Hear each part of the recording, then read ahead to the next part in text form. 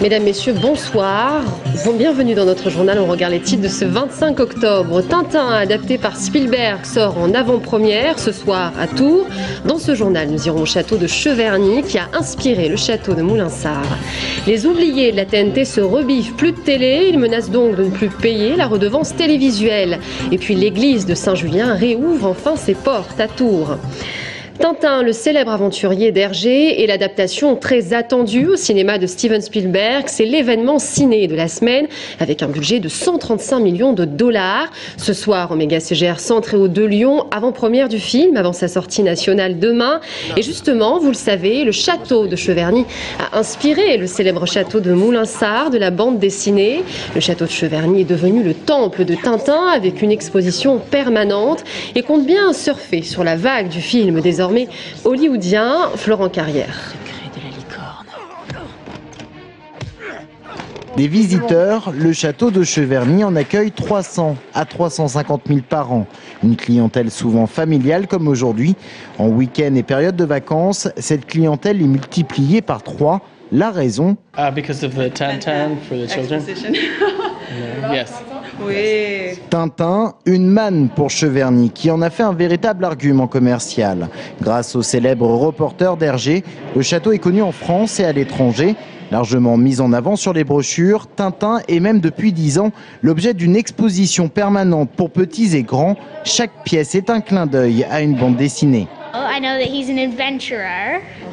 C'est un aventurier, je sais qu'il a un petit chien qui s'appelle Milou. Et je sais qu'il va toujours dans de ses aventures.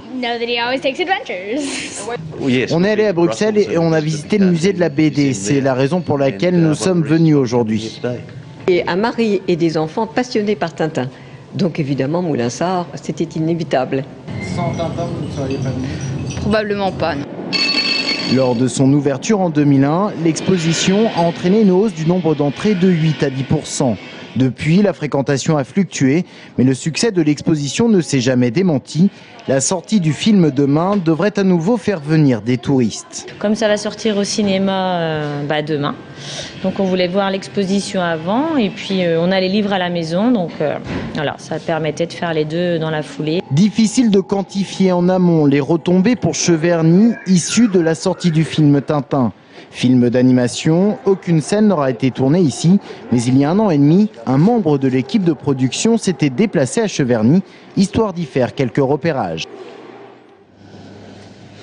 Et on en vient à ce dramatique accident qui a coûté la vie à un chasseur à Saint-Arnoux, dans le Loir-et-Cher. Cet homme a été mortellement blessé par son beau-frère lors d'une partie de chasse dimanche soir. En France, 13 accidents mortels sont recensés par saison. Pour éviter ces accidents, des journées de sécurité sont mises en place par les fédérations. C'est le cas pour la Fédération du Loir-et-Cher qui accueille les chasseurs à Montreux-en-Sologne.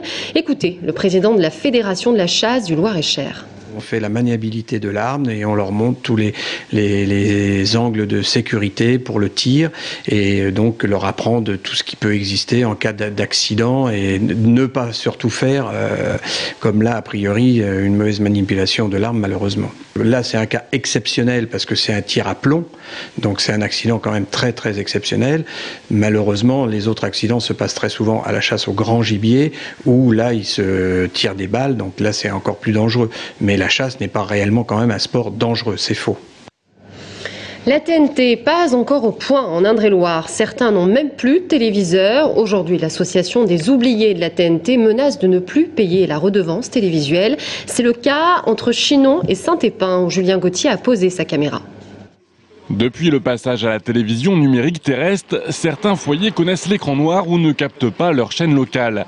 Et ils n'ont d'autre solution que de se tourner vers des techniciens pour effectuer des réglages ou pire, faire l'achat de nouveaux matériels. C'est pour eux que Pierre Roux et ses amis ont créé l'association Les Oubliés de la TNT. Au nom de tous ceux qui se plaignent, et ils sont nombreux, il y en a, on peut dire maintenant des centaines, eh bien nous voulons que la TNT nous donne ce qu'on nous a promis avec notre antenne râteau. Pour eux, la TNT est avant tout une histoire de gros sous pour relancer les ventes de télévision et faire travailler les antennistes. Alors pour une simple cotisation de 10 €, Eric, le technicien de l'asso, se rend chez les adhérents pour régler leur antenne gratuitement.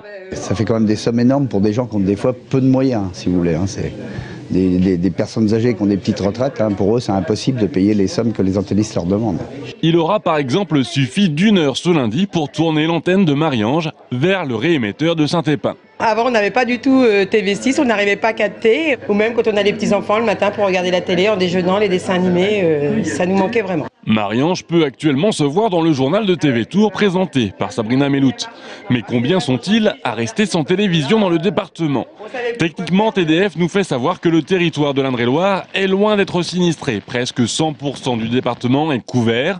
Mais contrairement à l'analogique, le numérique fonctionne en tout ou rien. Fini les images de qualité moyenne. Si votre matériel ne permet pas une bonne réception, votre écran restera noir et les pigeons n'y sont pour rien.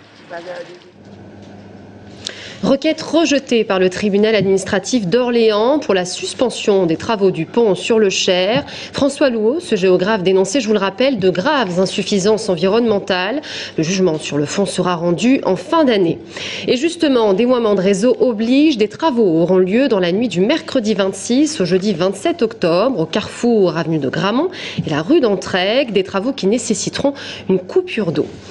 En ce moment même, devant le palais de justice de Tours, le 44e cercle du silence a lieu à l'appel de Réseau éducatif sans frontières, Emmaüs, chrétiens migrants notamment.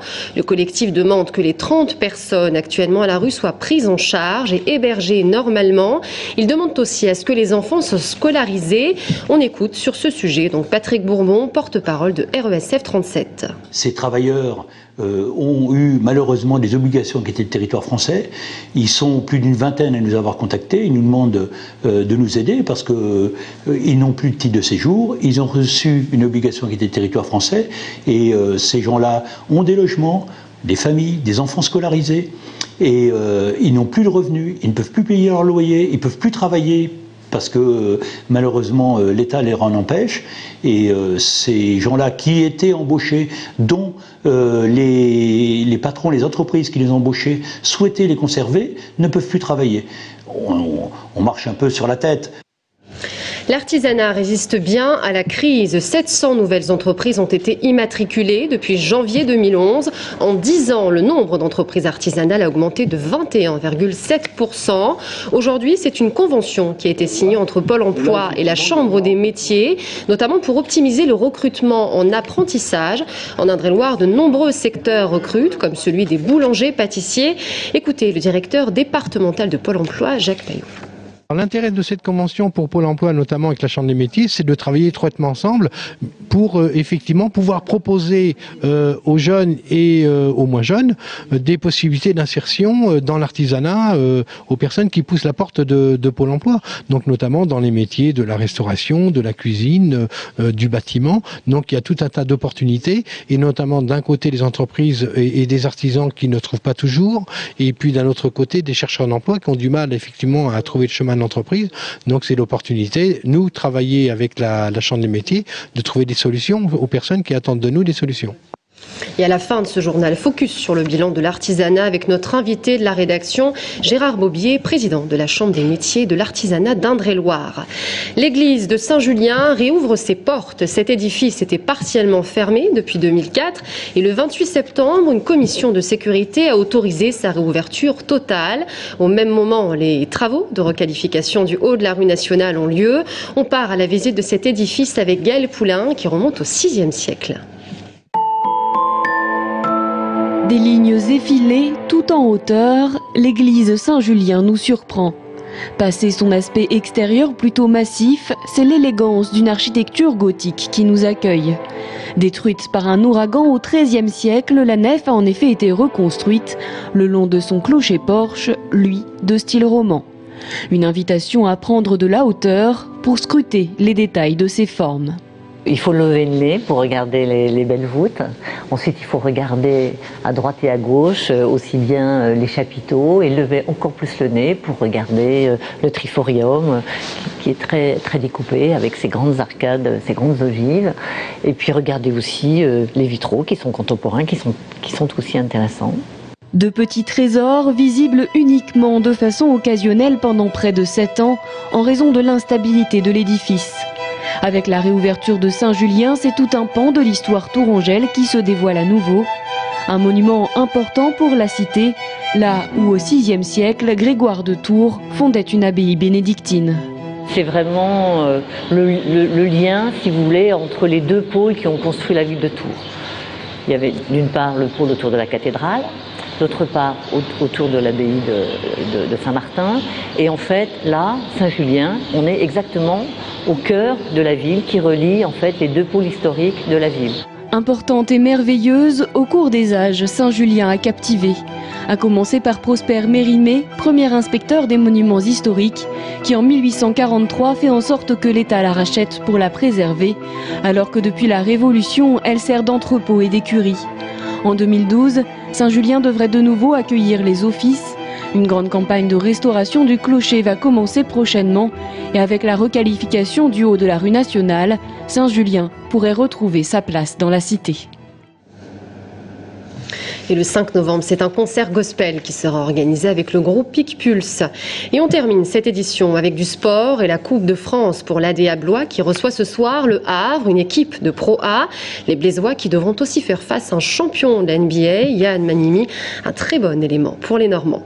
Voilà, c'est la fin de ce journal. Merci à tous de l'avoir suivi. Je vous retrouve pour l'invité de la rédaction. À tout de suite.